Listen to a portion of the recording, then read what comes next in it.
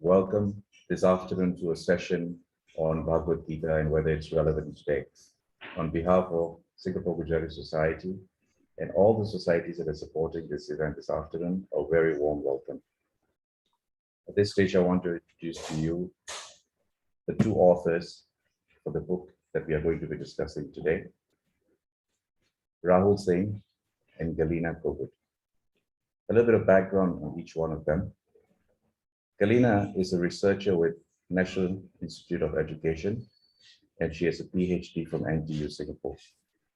She focuses on pedagogy with specific emphasis on language acquisition and teacher professional development.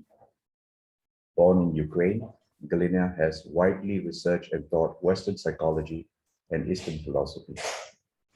She has translated various Indian scriptures into Eastern European languages and authored digital storytelling for educative purposes and an atheist gets the Gita. She is the president of the Ukrainian Club in Singapore and was the founder of Ukrainian Language School in Singapore. Rahul Singh, on the other hand, he hails from Ayodhya. Rahul received a full scholarship to study Bachelor's of English Honours at Nanyang Technological University in Singapore, and he has an MBA from IIM Bangalore. Rahul is the youngest ever president for IIMB Alumni Association, and he serves as the principal of Corporate Advisory Group at IIM Udaipur. He regularly speaks at corporates and universities on topics that concern millennials, such as careers in the 21st century, conscious capitalism, and cross-cultural understanding. He has authored An Atheist Gets the Gita, Engineering to Ikigai, and You Know the Glory, Not the Story. The moderator for today's afternoon session is Ashutosh Nair. Ashutosh is a Singapore resident since 1991. He is a lifelong student of the Gita, having been initiated into the scriptures by his parents under the grace of Swami Chimnayanand at the age of 5. He fulfills his dharmic duties by cultivating spiritual values in children through weekly spiritual classes under the auspices of the Singapore Malayali Hindu Samajam. To meet Arctic needs, he serves as the managing partner of a Singapore-based firm offering marketing consulting solutions for B2B technology and telecom companies. So the way we're going to do today's session is this. We will have each one of the author individually or collectively present whatever they have to say with reference to the book and a short presentation on their side, after which Ashutosh will moderate the session and he will take questions from all of us who are listening in. The suggestion is for us to put the questions in the chat group, and also at the right time, maybe if you can raise your hands and we will unmute you. We will select the questions from the chat group as well as those who will see raising their hands. And when we ask to unmute you, just unmute yourself. You can put your video screen on so that we can see you. The audience can see you, and as well as the panel can see you, and then you can ask your question. This is a very informal session, so feel at ease. Let's learn from one another. Another note I want to mention, actually two notes I want to mention at this point is A, 20% of the royalty earned from the sale of this book, if at all any one of you buys the book, An Atheist Gets the Gita, is going to be dispensed towards charity. The other note I want to make is this. We know that the going-ons of the world right now with reference to Russia and Ukraine are the topmost in our minds and hurt our hearts deeply. Without being political, especially because we have a Ukrainian on board today, I wanted to know that we are all in solidarity standing with Ukraine, leaving politics aside. We are against destruction. We are against the taking of human lives or anyone being injured and any family being displaced. So we all pray today that this madness ends very, very soon and almost immediately. With that, can I have the panel on video and we can start to this afternoon session. Thank you, everyone.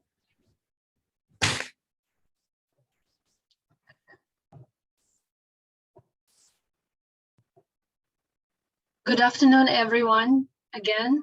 And I would like to express my gratitude to all of you who have found the time to come today for the session, who expressed their interest to talk about Bhagavad Gita, which is the ancient knowledge.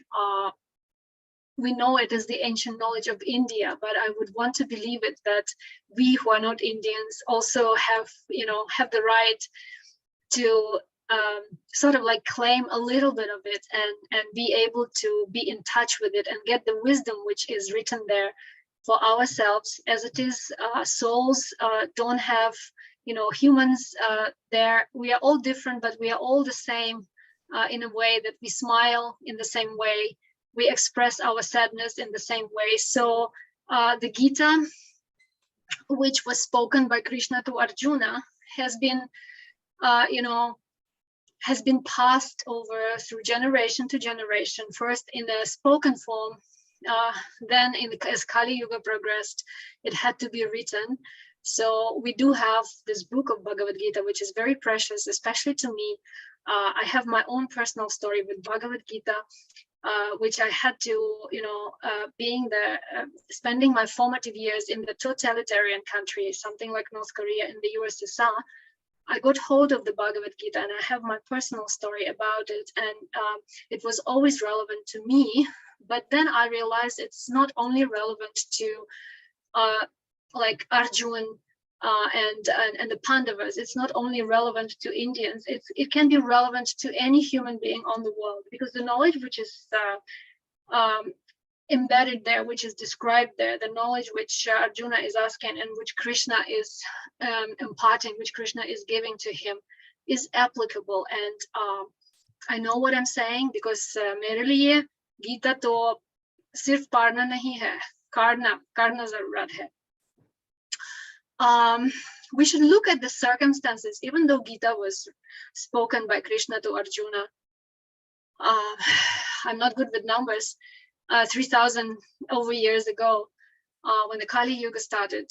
Before, we should look at the circumstances which were, unrolling at that time when the Gita was spoken.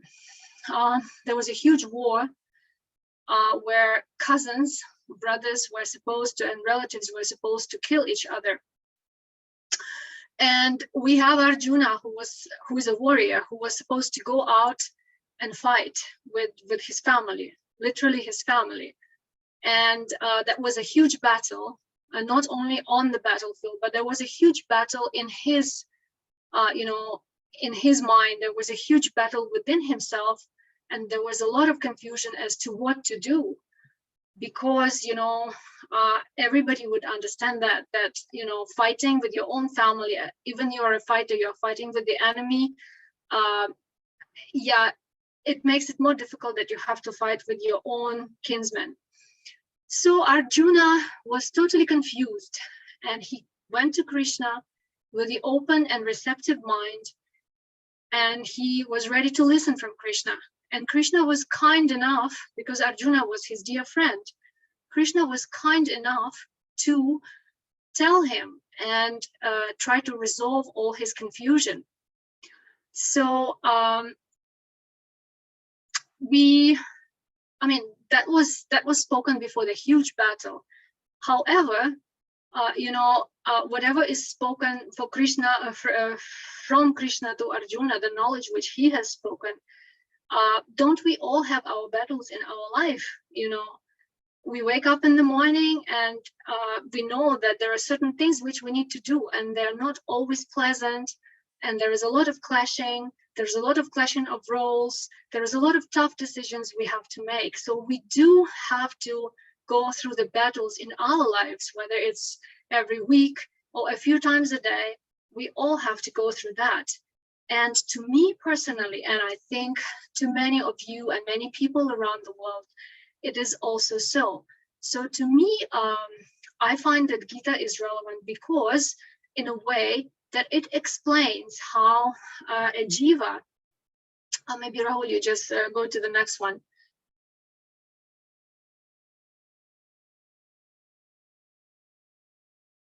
Yeah, how a jiva living in this material world it's basically an instruction manual to how a jiva living in the material world has to interact within certain, realities. It has to interact within the material nature or prakriti. It has to interact within the time, kala, and also any activities, any actions which the jiva is doing or performing. There are certain laws. It's like the legislation, everything you do, you have to bear the consequences of that. And what are the relationships of jiva with the Ishvara or the Bhagavan? So some of these, concepts, some of these realities, a jiva can control to a certain extent. Like, for example, how to live with the prakriti within the 5 elements. We, as much as the material world is comprised of the 5 elements, our bodies are also comprised of the 5 elements, So in Gita, we have the paths which describe what a person should eat, how a person should behave to keep in a healthy condition. So there is the whole science to it, which is Ayurveda, which tells the person what are the things which give you health, what are the things which destroy these 5 elements within your body and ultimately your body. It also, there is, a jiva, by decisions the jiva is making, a jiva can take decisions as to how to interact with prakriti in a peaceful and like harmonious way, so that while jiva is remaining in this material world, the body doesn't cause too much trouble. Also, another reality which a jiva can, influence to a certain extent is karma, or the laws of karma are very intricate. But to put it bluntly, and very simply, do good and you will get good. If you do bad, then you will get bad karma. So it's a very, very crude and simple way to put it. So these basic rules the jiva should know, and if the jiva knows these rules, the jiva is able to move along the life with a clear conscience and like with the ascending way rather than degrading way. There are also such concepts which are kala, which a human being can't really influence, but we are still under the influence of that. And there is also Ishvara, and definitely over here everybody has their certain relationship with Ishvara, and for each of us we have to answer that question to ourselves. And also in the Gita, all these concepts are explained in a clear step-by-step way, so that Arjuna could understand the whole picture, the picture in the whole, so that he could Krishna just didn't tell him, you go and do this, this and that. Krishna was very kind in a way that he gave Arjuna this manual, but he also left him with a choice. He left him with a choice of what to do. And even in Bhagavad Gita, we have different things, different paths for the jiva to interact. And then we have the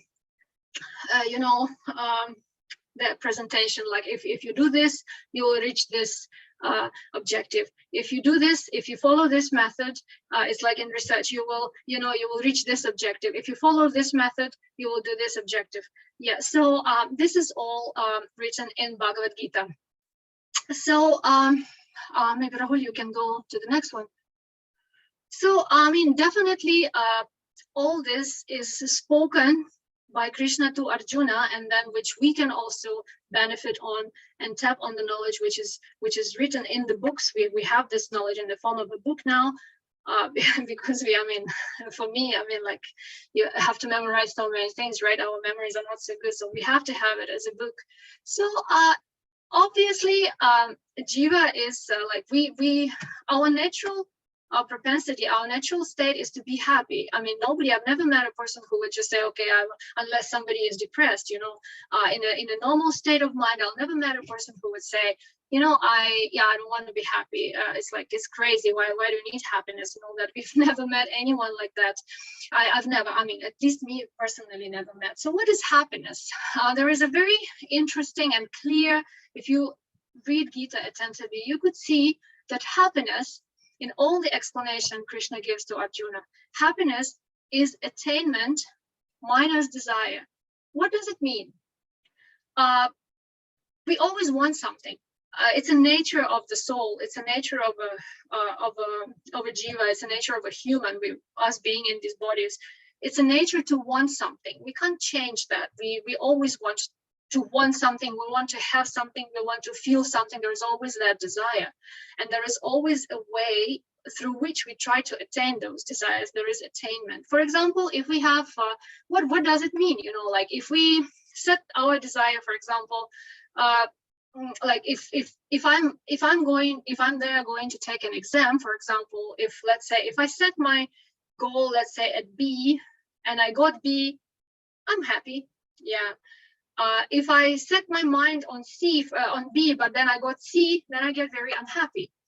And then, for example, if my mind was set at B and then I got A, then I'm like extra happy, overly happy. And this happened to all of us at least once or twice in our lives. So this is a simple example which would explain this equation. We can set out like many examples like that. If it's not the exam, it can be, for example, some kind of a deal, like whatever deal you are setting in your mind to sign. If it's higher than what you thought, that it's cool, it's very great. If it's lower, then we are disappointed. You know, all our mindset, everything rotates around this desire and attainment. So, and our happiness, if we have it that way, our happiness, you know, you know, there is certain things which our happiness depends on. So, this equation can very easily grow into the, you know, equation where, let's say, if somebody sets their desire very high, but the means for attainment, let's say, either they're not working or they're not there sufficiently, but the desire is still there to do everything by hook or by crook. So this happiness equation is also directly related to the ethics, you know. If somebody wants to achieve something to that high level, then they start cheating, you know. We do have, that's why we have students who cheated their exams. We have people who have bribed to attain certain results. I mean, like in the USSR, we had I mean, when I was a kid, there was like the desire for, let's say, for the building, like the building was supposed to be built at certain time frame, but they couldn't do that. So they will just, you know, they'll just sign the document while the building is not ready yet, and the building collapses. So all this kind of stuff. So people compromise on their ethics, on you know, on the things to just achieve that desire by hook or by crook. And also, so if we look at it, and then how can we make it applicable? How can we become really happy? What can we control in this process? We can only control what we can get, right? Sorry, we cannot control what we can get. We can only control our desire. Yeah. So we can only be effort driven, not result driven. So this is the whole, you know, I mean, good part of the Bhagavad Gita is talking about that. And maybe any of you can tell me in which verse of the Bhagavad Gita Krishna is speaking about this. Anybody? You just raise your hand. Anybody remembers off the top of your mind? If not, that is okay also.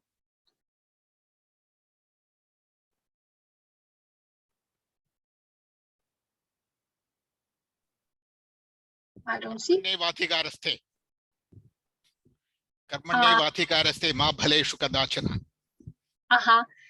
and also in the yeah, you quoted that same. 247 in chapter 2, verse 47. We have what Krishna tells Arjuna about the yeah, maybe Krishna Kumarji, maybe you can recite it beautifully, because I'm not very good at that. There are wonderful chanters here, like Padmini ji is, I think, one of the best we have here. If Padmini ji can chant, it would be great.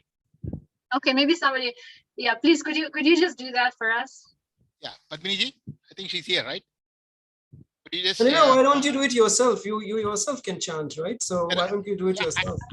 I can chant, of course. Karmannevadhikaraste ma phaleshu kadachana ma karma phala hetubhur mate sangostva karmane Mhm. Thank But you so much. there are wonderful chanters here, actually, who are far better than me, who's got a beautiful musical skills, so they can do better. Well, you're already very good. Thank you so much. Yeah, thank you. So, Yeah. so thank you, Galina, for your presentation. I'll take on from here. So yeah, this is basically nothing but rehashing of what is there in the Bhagavad Gita in a mathematical format. You have put happiness is equal to attainment minus desire, which makes it so much simpler to understand for our what I call Western trained mind, right? Because we have been trained in to look at things mathematically, scientifically, and maybe in management framework. But let me just move on and talk about some other things I wanna focus on.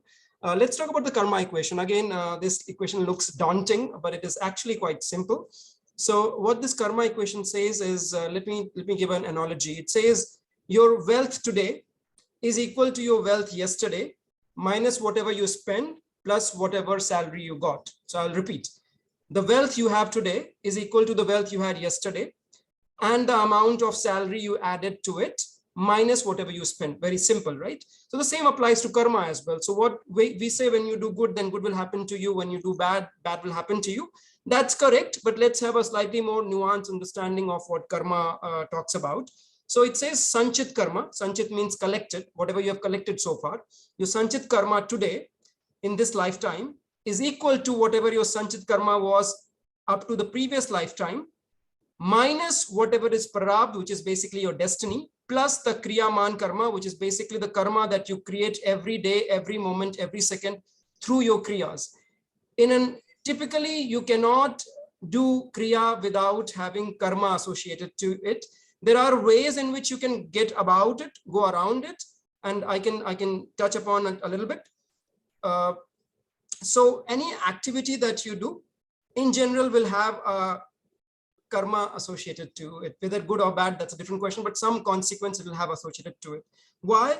Because any kriya you do, there are 5 things that are involved. There is adhisthanam, which is platform, which is your body itself becomes a platform where this activity is happening.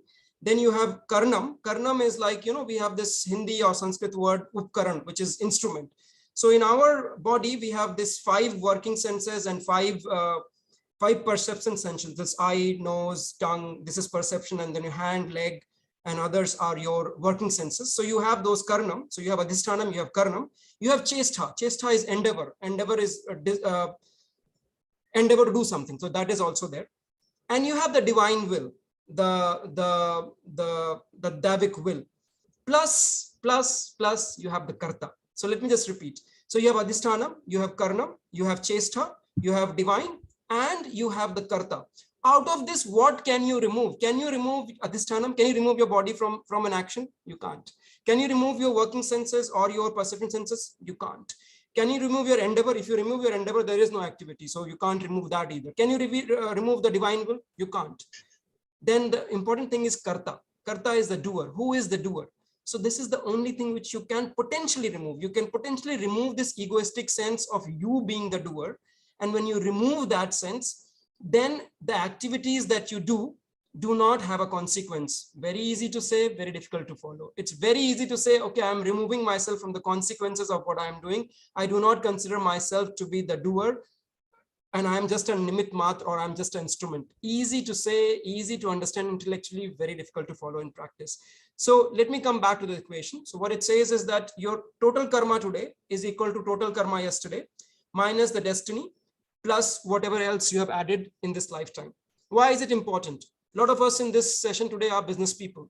So in our business, oftentimes what happens is we focus on Q1 se Q2 tak, from this quarter to that quarter. That's our time horizon, right? Because we have a very myopic view of what is profit meaning to me, what is loss meaning to me, and let me see how I can sail through this quarter.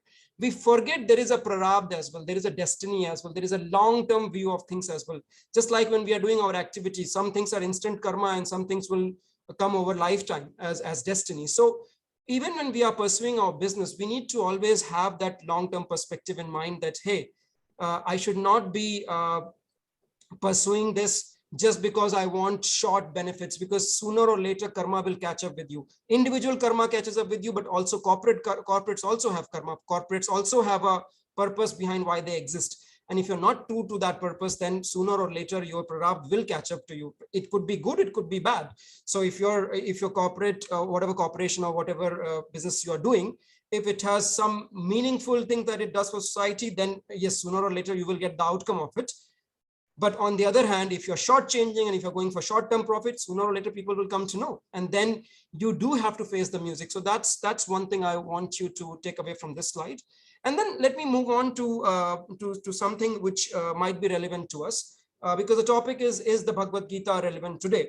So I like to give this example, and as Galina mentioned about those 5 topics that the Gita talks about, it talks about the jiva, how a jiva interacts with prakriti. Prakriti is the material nature around you. And where is this interaction happening? This interaction is happening in kala, in time, and this interaction is governed by the laws of karma. And if there is a law, there has to be a law designer. So that law designer, conceptually, let's call it Ishvara. Ishvara is designing these laws. So let me just repeat. Whether you accept it or whether you don't accept it, you are a jiva which interacts with prakriti, which is the material nature around you, in kala, in time, and this interaction is governed by the laws of karma, and these laws are designed by the Ishvara or the supreme controller. So it's a bit like gravity. You may believe in gravity or you may not believe in gravity, totally your choice. But whether you believe in gravity or you don't believe in gravity, if you try to go on top of a building and try to jump from there, you will have the effect of it, right? You will fall down and you might get hurt. So you can totally ignore that, okay, I don't believe that, that a jiva interacts with prakriti. I don't believe there is a law of karma. I don't believe there is Ishvara. You are fine to say that.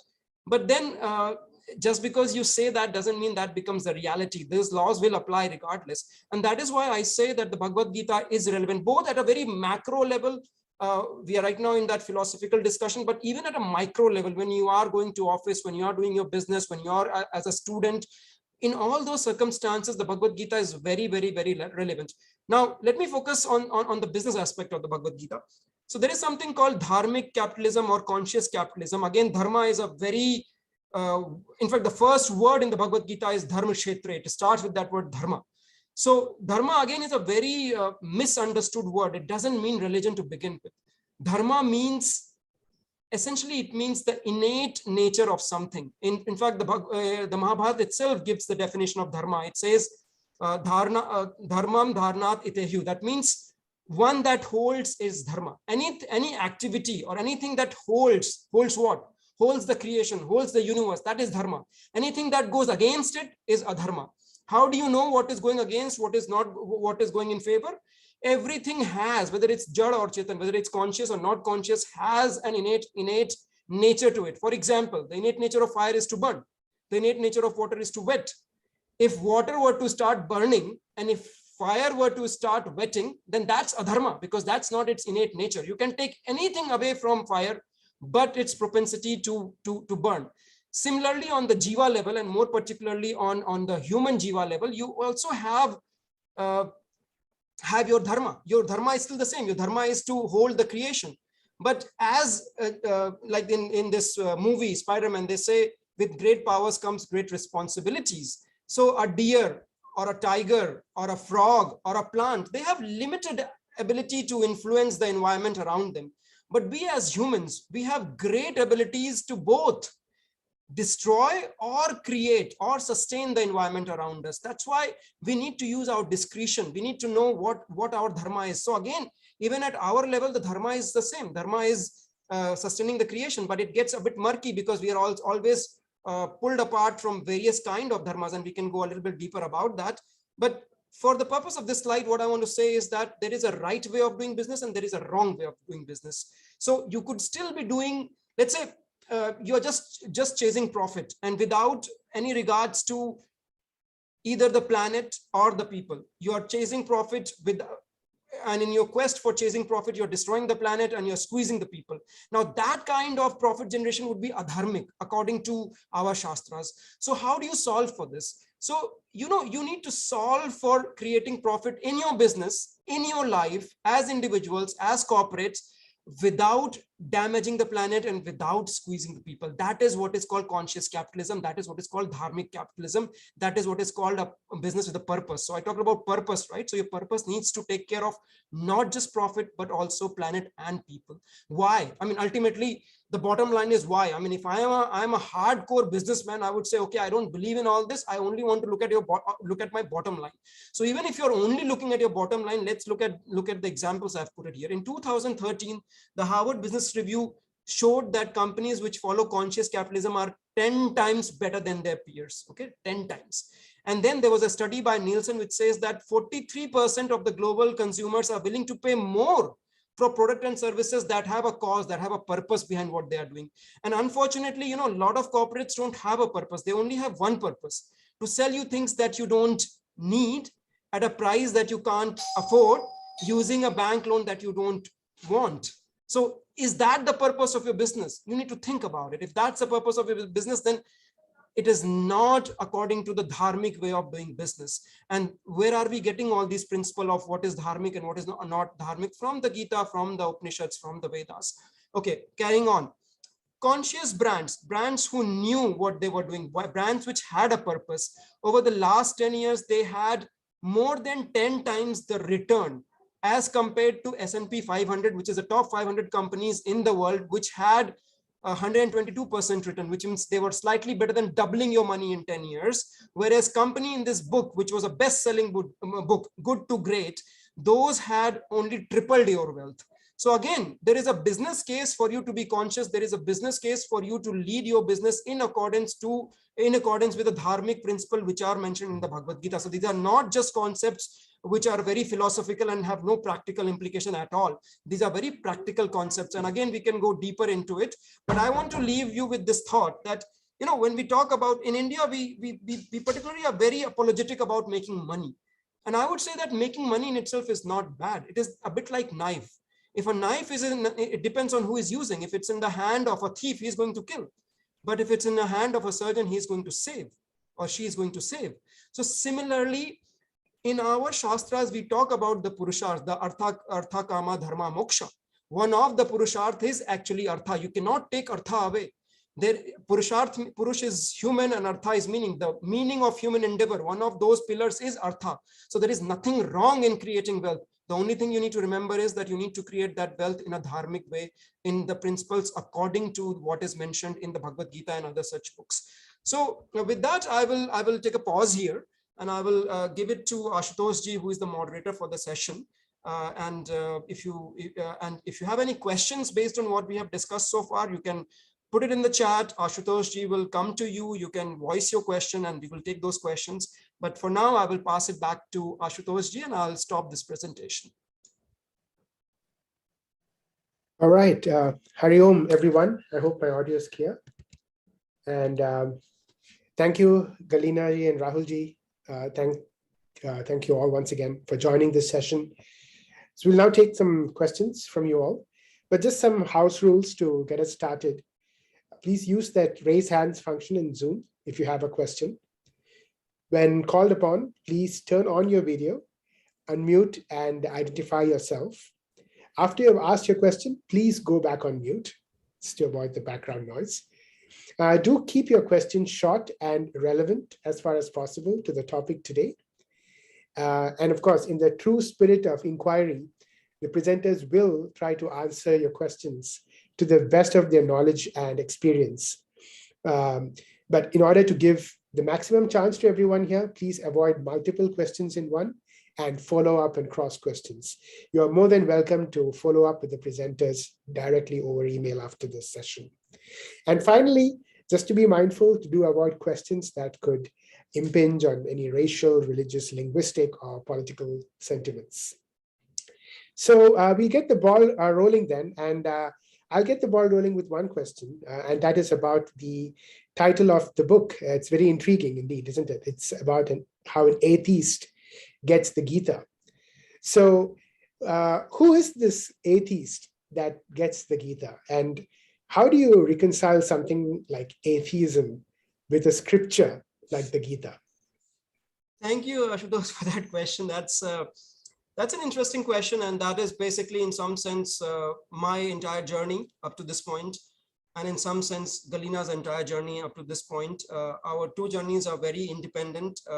Somehow they crossed, and this book was a product of that culmination.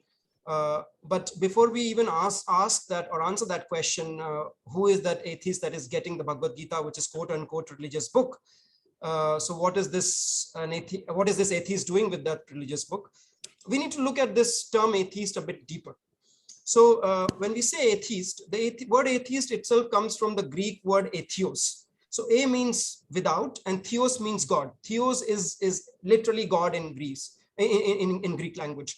So when we say God, again, Indians have many gods, right? They have devas, they have Paramatma, they have Bhagwan, they have Ishvara. So which God is this theos referring to? So based on my understanding, I think this theos God is referring to the God God. Now what is God? G is generator, O is operator, D is destroyer. So when the Greek concept of atheism is coming, they are referring to the God who is the generator, the operator, and the destroyer of the universe or of the world. So from that point of view, it's very clear. The word atheist means somebody who doesn't believe that there is a supreme creator who is generating, operating, and destroying the universe. But interesting thing happens when you go to Sanskrit equivalent of an atheist, which by and large people translate as Nastik. So Nastik is a Sanskrit word which basically can be broken down as Na, Asti, Ka. So Na means without, Asti means is, and Ka means believer. So one who believes there isn't is a Nastik. Very simple definition. One who believes there isn't is a Nastik. Now the problem is it has not been defined what this is.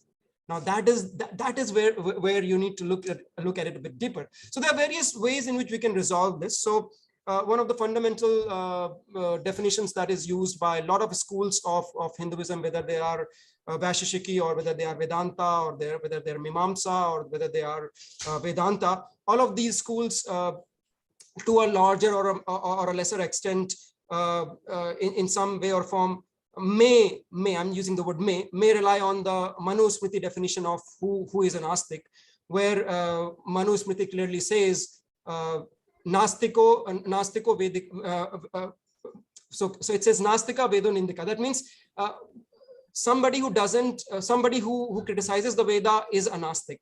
Now, from that point of view, even the Buddhist and the Jains become Nastik because essentially they do criticize the Vedas.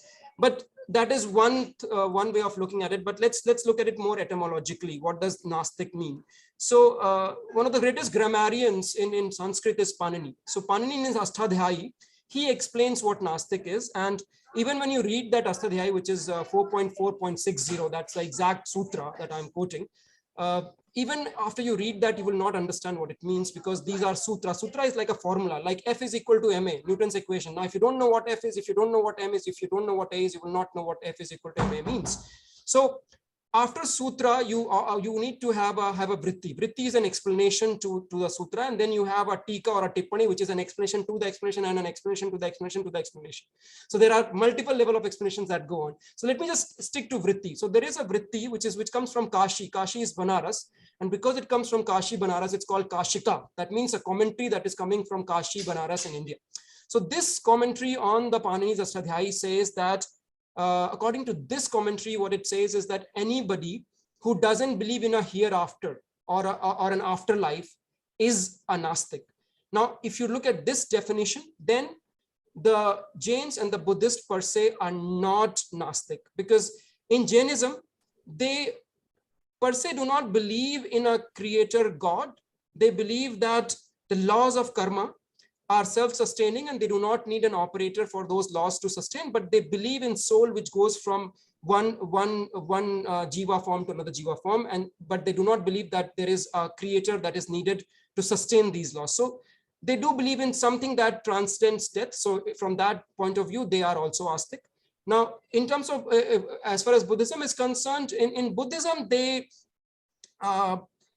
believe that a single cause cannot be responsible for the creation of the universe. So from that point of view, they quote unquote become atheist, but however, they're not Nastik because they still believe that consciousness transcends death.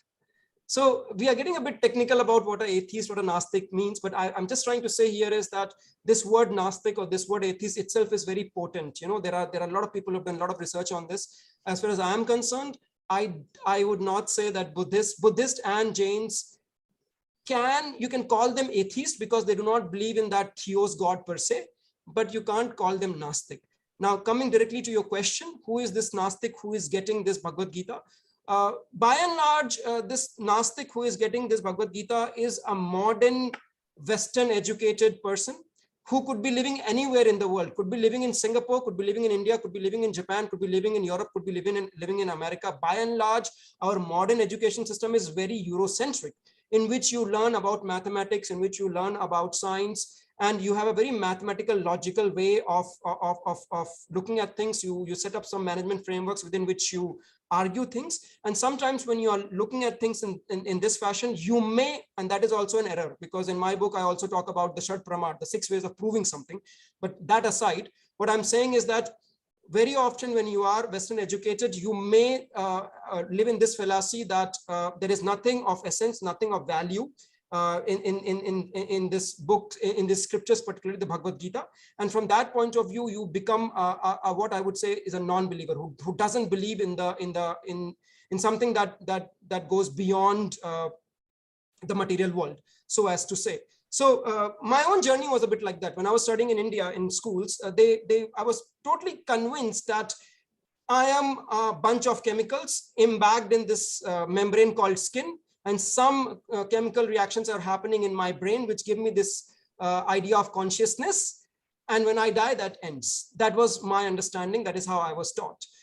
Incidentally, for me, I chanced upon the Bhagavad Gita through an economic inquiry, where the question which I was trying to look and answer for was, can we do business in an ethical way? Can we do business can we create profit without destroying the planet and without squeezing the people?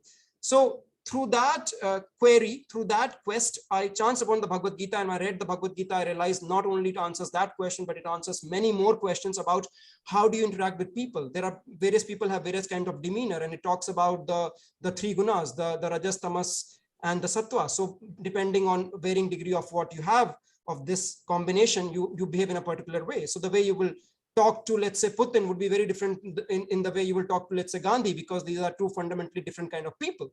So it also helped me with that.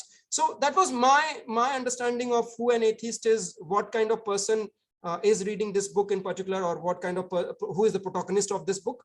I think Galina has her own story about her journey in the USSR and her atheism to atheism. I will pass it on to her.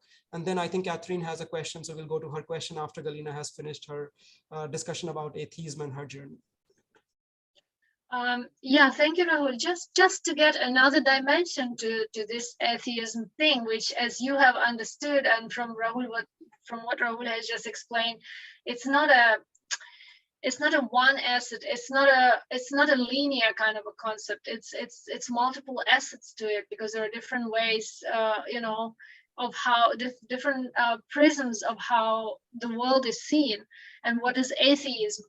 So I would probably just add, we didn't really, as you come and internalize things, I realized that this atheist in the title of the book, it's not only for somebody who is an atheist as a freedom of choice. We are used to talking about concepts, and we are used to talking about things on the assumption that you are free to choose. I just want you to remember that. So in any kind of like normal country, which we are used to, like India, which is a democracy, like a democratic country, where a human being is allowed to choose. So somebody has a right to choose whether to be an atheist or to be agnostic or to be a believer, or whichever confession they want to go to and how they worship. My formative years were spent in the country, which was USSR, where the basic right to choose was not there. So this is how it was. So I did not have a choice. I was an atheist by default. because that was the official dictatorship religion, which was imposed officially on everyone. No matter what you want, no matter what kind of perspectives you have, what kind of beliefs you have, you are an atheist by default. And if by any chance somebody gets to know that you believe in God or you read the religious book, you go to prison. And that's not a joke. I've lived through that. I know what I'm talking about. My first Bhagavad Gita was a smuggled Gita who I was afraid to show to anyone. I was reading it as a photocopy of a photocopy of a photocopy of a smuggled Gita by Bhaktivedanta Prabhupada, who came to Moscow, and then the Gita was distributed to those who wanted to know. So the basic right of choice was not there. So, and I realized that in this kind of like it's a sort of like a pun, because you can be an atheist by choice, but there is also we still have the dictatorship regimes, for example South Korea, where people don't have a choice. You mean North Korea? Sorry, North Korea. That's right. Yeah, sorry for my. Yeah. So and I guess this is sort of like a two dimensions to this atheist thing. You know, you can be an atheist or you can be whatever if you have a choice. Yeah. And a beautiful thing is that in Bhagavad Gita, Krishna explains things in such a way that he leaves this choice to people. However, the humans can go so far that they want to deprive our other humans from this choice. So atheist in that way, you know, like is a very, I just wanted to add this one more dimension to the whole, you know, concept of atheism, how complex it is. All right. Okay, I think that went quite in depth into that idea of atheism. I will ask Catherine, who's with us, to unmute herself and ask her question, please. Thank you. Namaste. I've never read the Bhagavad Gita before. It's my first time trying to learn something new. So with regards to just now, you were saying about the Sanchit karma, some karma, I screenshot it on my phone. So just a question is that, so the people who are born in this lifetime, who are poor or who are disabled, is it that they were like, did something bad in their past lifetime, that's why they are facing it now?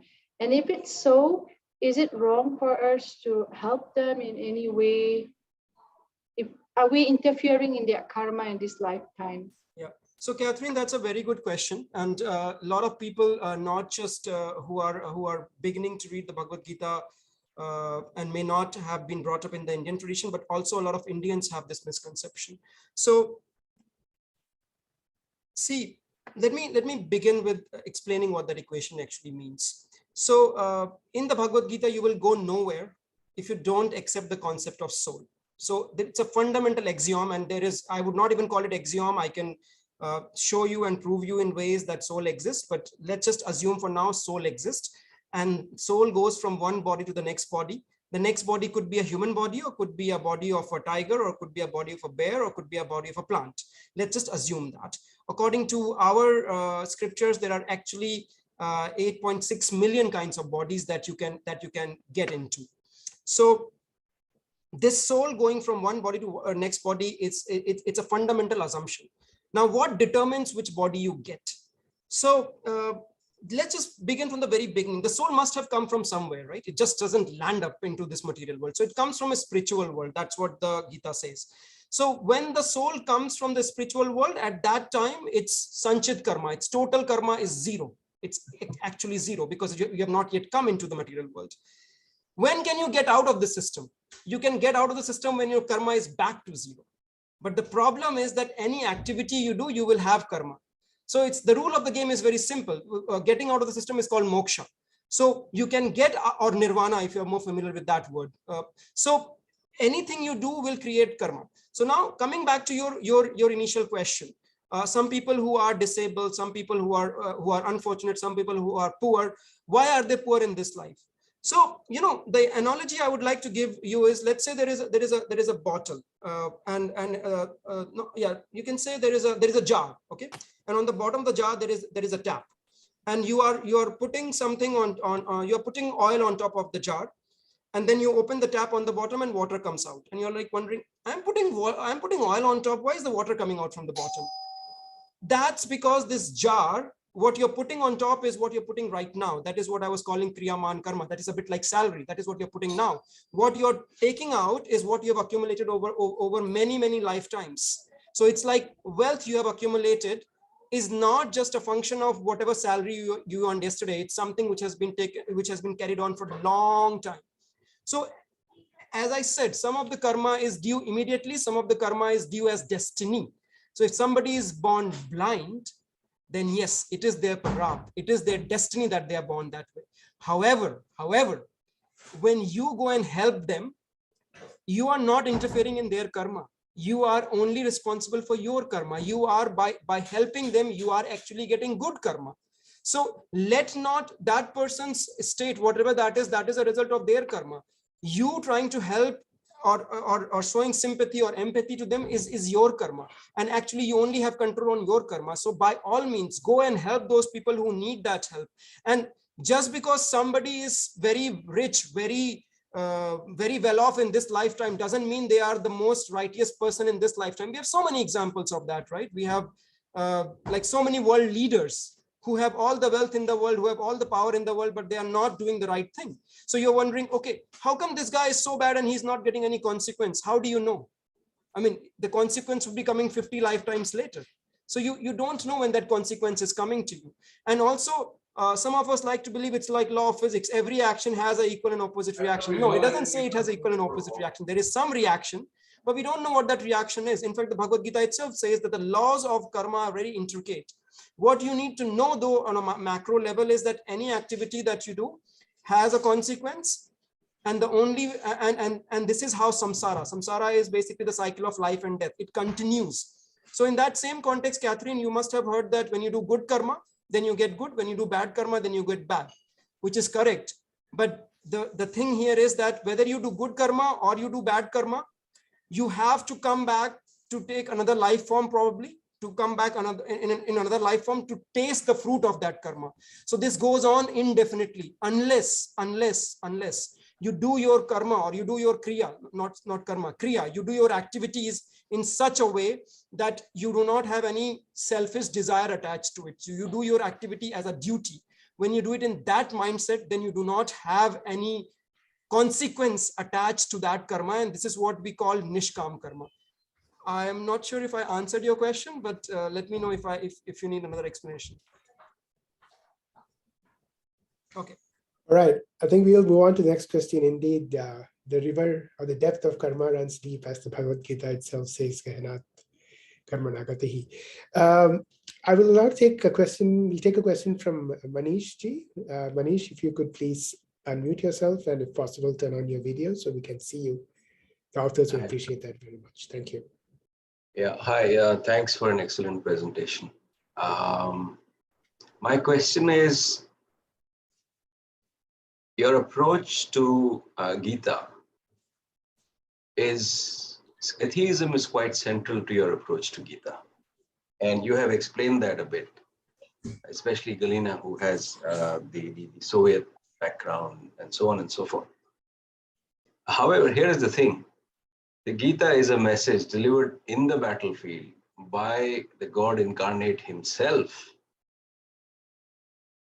Now, to separate the message from its origin by interposing atheism,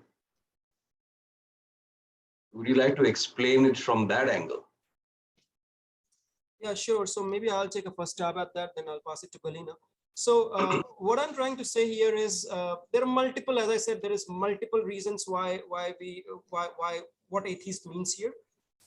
And one of the things you can take away safely is that even if you don't believe in God, even if you take the divinity out of the Bhagavad Gita, and then you ask this question, this is a book which has 700 verses, 1400 lines. If I take away the divinity, if I take away the religious aspect out of it, does it have anything of value to offer? And the answer turns out to be that there is a lot. And in this book, what we have attempted to do is, this is written for what we would say curious mind. And to that extent, we have said, okay, let's say you don't believe in any of this. You come with a totally clean slate, which means that obviously the assumption here is that you are educated in the modern school system, which talks about maths, science, management principles. So from those principles, can we then build on to the concepts that are in the Bhagavad Gita? So that is the approach we have taken. Certainly, there are other approaches to the Bhagavad Gita. You can have the Bhakti Yoga approach, which is basically where the belief in the God, and particularly believe in a form God, and more particularly believe in Krishna itself as the supreme God, becomes central to this, becomes pivotal to this. On our own panel, we have Ashutosh, who has a Vedantic view on this, which is where Krishna being the supreme God is not central, but then again, the message comes across. So you have multiple approaches. You can have the Gyan Yoga approach, you can have the Bhakti Yoga approach, you can have the Dhyan Yoga approach, or you can have the Karma Yoga approach. And the Bhagavad Gita is so beautiful, it talks about all that. In fact, let me just compare and contrast. My favorite line from the Bhagavad Gita is 18.63, where Krishna says that now that I have given you this confidential knowledge, do what you please. Now, to me, that appeals because I'm a Gyan Yogi.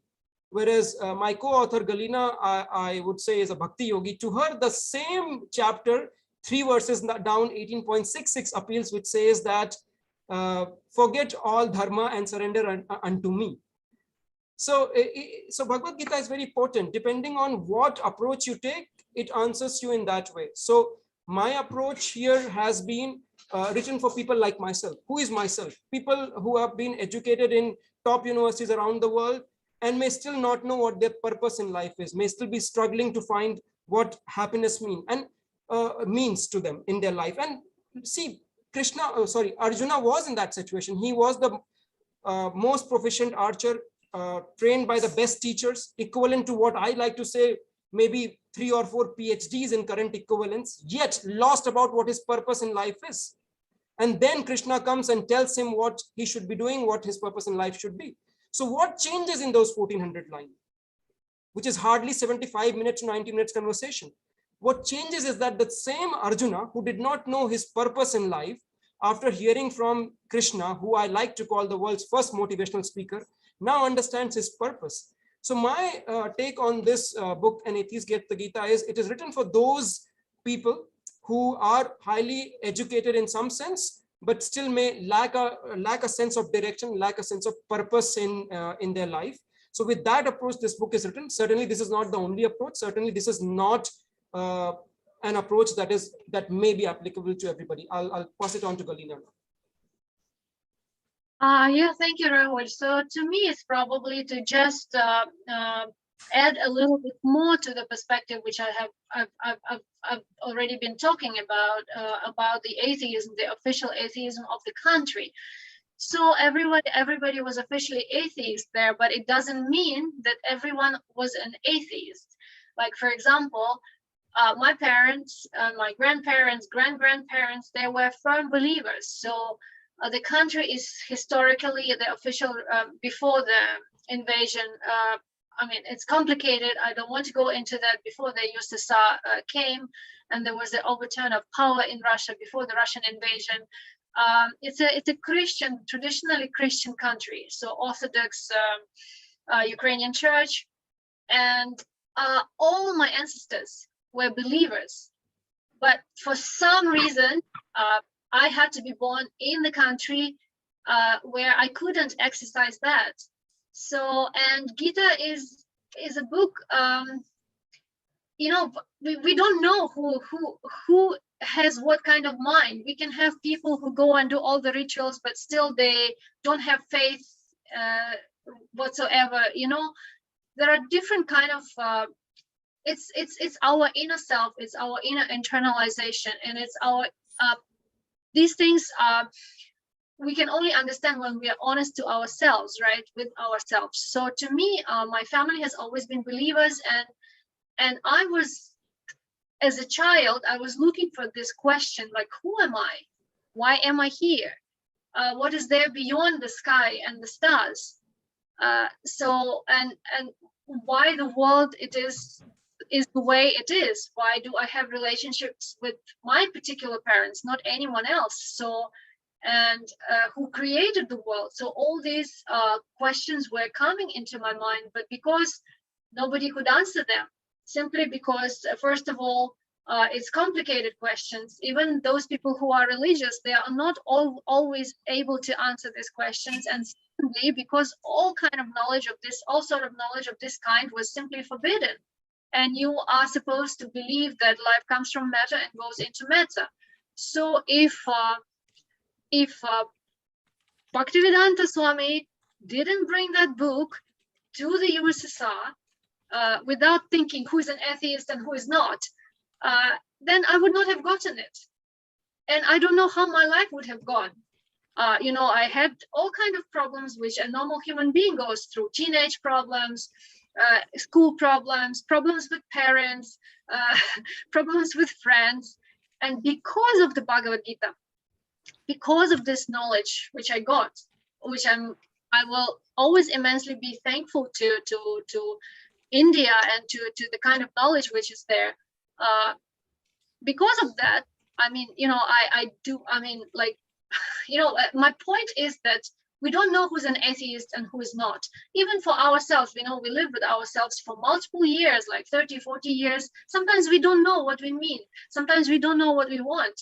And that's why we need those reflection time to really sit and think, So, so it's just that dimension I wanted to bring. Yeah.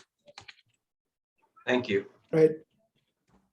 Thank you. I would just Galina. add something there, Ashutosh. So again, as I said, our journeys were totally independent. They crossed somehow. I'm born in Ayodhya.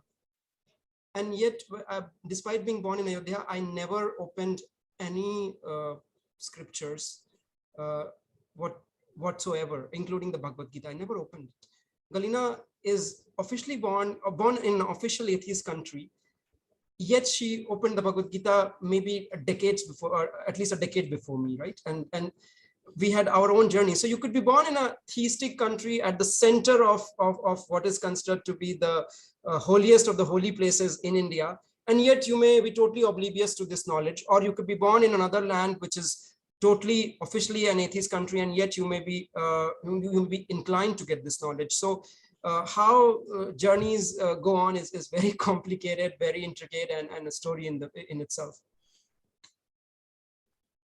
All right, indeed. I think Krishna Kumarji had a question, and maybe you partially answered it in terms of what does it mean when you say an atheist gets a Gita? Yeah. Is it physically getting a copy of it, or really understanding what it actually conveys? And I believe at the end of your story book that an atheist actually gets a copy. So you it is deliberately said gets there because it actually means both. So what happens is that this book is kind of an inverted book in the sense that the last chapter of the book is what is the Bhagavad Gita. It doesn't start with what is the Bhagavad Gita. It ends with what is the Bhagavad Gita. That is the last chapter. And in the very last line in this book, what happens is that it's basically, this is a conversation between two people. Just as the Bhagavad Gita itself, the original Bhagavad Gita itself was a conversation between two people. This book is a conversation between two people. So at the end of this book, there is a 25-year-old and a 50-year-old. The 50-year-old person actually gives the Gita to a 25-year-old who has been asking this question for the entire day. What is happiness? What is karma? What is dharma? What is this? He has been asking, just like Arjuna was asking to Krishna. And at the end of it, the Charan Saket, which is one of the person, gives the Bhagavad Gita to Anveshak Jigyansu. The message here to the audience is, now that you have read this book, go and open the real Bhagavad Gita and try to understand, because now probably you're prepared to understand it. So the get here is actually dual meaning, which is physically gets as well as understands. Okay, all right, so that's sorted. Shanti ji had a question, and I'm not sure if she'd like to ask it in person. Shanti ji, if you wish to, would you please unmute and turn on your video to ask your question, please? Thank you. Hi, can you hear me? Yeah, yes, we can hear you. thank you. Yeah. Okay, so I'm just curious because you're sharing about all this karma, and also, do our soul actually multiply to exhaust the karma? Because if it's just one soul and you get born, there's one set of karma to exhaust, then we should not be seeing the population today. So No, just soul like, doesn't multiply. yeah. So this is again a misconception. People think, okay, the population of the world is increasing, so the souls must be multiplying. Now, the concept of soul is a bit different in Hinduism or Sanatana Dharma as opposed to, let's say, Abrahamic faith or Christianity. In Hinduism, even the plants, animals, all of them have souls. So just because you're seeing that the human population is increasing, are you sure that it's not being reduced from somewhere else within the ecosystem of the earth itself? But more importantly, earth is not the, in fact, there is this Brahma Vatarva Puran, in which it talks about the millions and millions of universes and millions of galaxies within those universes. Earth is nothing. I mean, if you must have seen those videos of the universe, right? What is Earth in the grand scheme of universe? Nothing. Just because a few billion people are being born on this planet Earth, that doesn't make a delta change in the entire scheme of this universe that we know of and the millions of other or billions of other universes that are out there. So this idea that because of the world population is increasing, that's why the souls is multiplying, is totally not correct. The other thing is that according to our scriptures, the so-called material universe, which is where everything is happening, all the Milky Way and the universe that we know of, and many more such universes that are there, they're all in what is called material universe. Beyond that, there is the spiritual universe, and the ratio of that is 3:1. That means the spiritual universe is 3 times bigger than the material universe. So, and the souls are actually coming from the spiritual world. In fact, souls are like amphibians. They can exist both in the spiritual world and in the material world. But in the material world, when they come, they need to have a body. So they are then called embodied soul. So a soul which is embodied is called a jiva, and soul itself is called Atman. So the soul comes from the spiritual world, and the fundamental, in fact, the fundamental property of a soul is that it cannot be killed, it cannot be divided, it cannot be destroyed. So the soul doesn't multiply, doesn't divide, doesn't get cut. All right. A question perhaps that some of us might have is, now the Gita talks about souls moving from body to body, and this not being our early life. 2 questions that could arise from that is, why should we actually be going through this journey, which perhaps is partially answered by the concept of karma. But the other question is, how do we motivate ourselves to make the best of this life? If this is a never-ending journey, what's our motivation to make the best out of this life that we have? Okay, so soul is called Tathas Shakti, okay, which is basically, as I said, it's an amphibian. It can exist both in the spiritual world and the material world. So technical term for that is Tathasta Shakti. Shakti means energy, Tathast means marginal. I think that's what it means, marginal.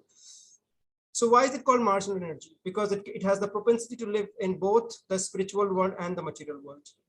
So why does it come to the material world? Contrary to popular belief, soul also has desire. But this is not the same way in which you and I have desire. It's a different kind of desire. So when the soul looks at the material world and then it gets attracted to the material world, then it reaches into the material world. When it comes to the material world, as I said before, in response to Shanti Ji's question, it needs a body to function. What is a body? Body again is comprising of 5 koshas, 5 seats. So first is called Anandamaya, which is basically, Anand is desire. So that desire to, sorry, not, let me just go even before that. There is a causal body. The causal body is the one which becomes the cause of it wanting to. So causal means the cause, right? So the moment you have a desire, that becomes the cause of you to come in the material world. When you come in the material world, you will have a causal body, which is the cause of you coming in the material world, but you will also have a subtle body and you will have a gross body. What is subtle body? Subtle body is your mind and intelligence. By the way, these are 2 different things. And and then you have the gross body. The gross body is the body which is composed of the Panch Mahabhutas, the 5 elements, the earth, the water, the air, the ether, and one more. So that's what is happening fundamentally. Now let's look at it a little bit deeper. So I said there are 3 kinds of bodies, but they are divided into 5 sheets. So you have Anandmaya, you have, let me start from the other way. The outer layer sheath is called Annamaya, which is the sheath which is nourished by food. Anna means food. Then you have Pranmaya, then you have Manomaya, then you have Vigyan Maya, and then you have Anand Maya. Okay, why am I telling all this? What I'm trying to say is that the soul itself goes from one body to another, and what determines this is its karma. So karma is kind of the fuel that powers the car, and this car keeps going from one body to another body. It's the soul is like a passenger in the body, in various bodies. So in the starting, the karma score of the soul is 0. The rule of the game is very simple. The moment your karma score is back to 0, you can go get out of the system and achieve moksha. Just because the rule is easy, rule is also easy in chess. You know, the horse goes 2.5 and the soldier goes 1. The queen can go in any direction. The rule is easy. Playing is very difficult. So same happens with the law of karma. The rule is very different, very easy, but playing it is very difficult. So when the soul has a desire, it comes to the material world, and then its journey progresses through endless cycle of birth and death, which is called samsara. This cycle is propelled through the karmas, because any activity that the soul does has a consequence. In order to face the fruit of the action, which is called consequence, the soul has to take birth again and again and again. An ultimate destination is to get out of this, which can only happen when your score is back to 0. As I said, it's difficult to achieve that, and we all try to achieve that in various shapes or forms. That's where the concept of yoga comes. There are again 4 types of yogas, which are all telling you how to get out of this cycle. What was the second? Galina, you take up here. Maybe I just wanted to add, when we are talking about this, you know, the how the soul gets embodied in the material world for the subtle body, apart from the causal body. Cause is the very cause why it is there, to be able to see what is there in the material world and enjoy the material world. So then there is the mind, intelligence, and also the false ego. So the false ego is actually the cause of the fact why we are accumulating this karma. False ego means that the soul starts identifying itself with the place where it doesn't belong, which is the matter. And soul is spiritual. So once the soul starts identifying itself, the false ego, I think that, okay, I'm this body. I mean, before we get this body, there are so many other multiple things. So then this false ego forces the intelligence and the mind act. So what is intelligence? Intelligence is the ability to, you know, discriminate, to take the decisions which will bring the body and the soul, which is embodied in it, to the higher level. If the intelligence is weak, then the soul, the mind pulls the soul into all sorts of enjoyment in the world to where the soul doesn't belong. And that's where all the desires, the vices come from. When the intelligence is weak, intelligence is buddhi, right? Mind is manas. So when buddhi is weaker than manas, then manas, driven by the senses and unlimited desires, brings the soul and this whole very complicated structure, which is a human being. I mean, not just the human being, it's mostly for the human beings, because the human being has the right to decide and take decisions into what kind of action to take, what kind of decision. Animals don't have that. They are just embodied souls which are already acting on the assumption that they had some previous desires. So they just get their body and act on instincts. So we have loving dogs who act on the instincts of love. We have loving cats. And I mean, we have to protect them as humans. So this whole construction, which is the embodied, in the human body, the soul can understand what is going on, can take decisions, and can take the decisions which can either bring up or bring down.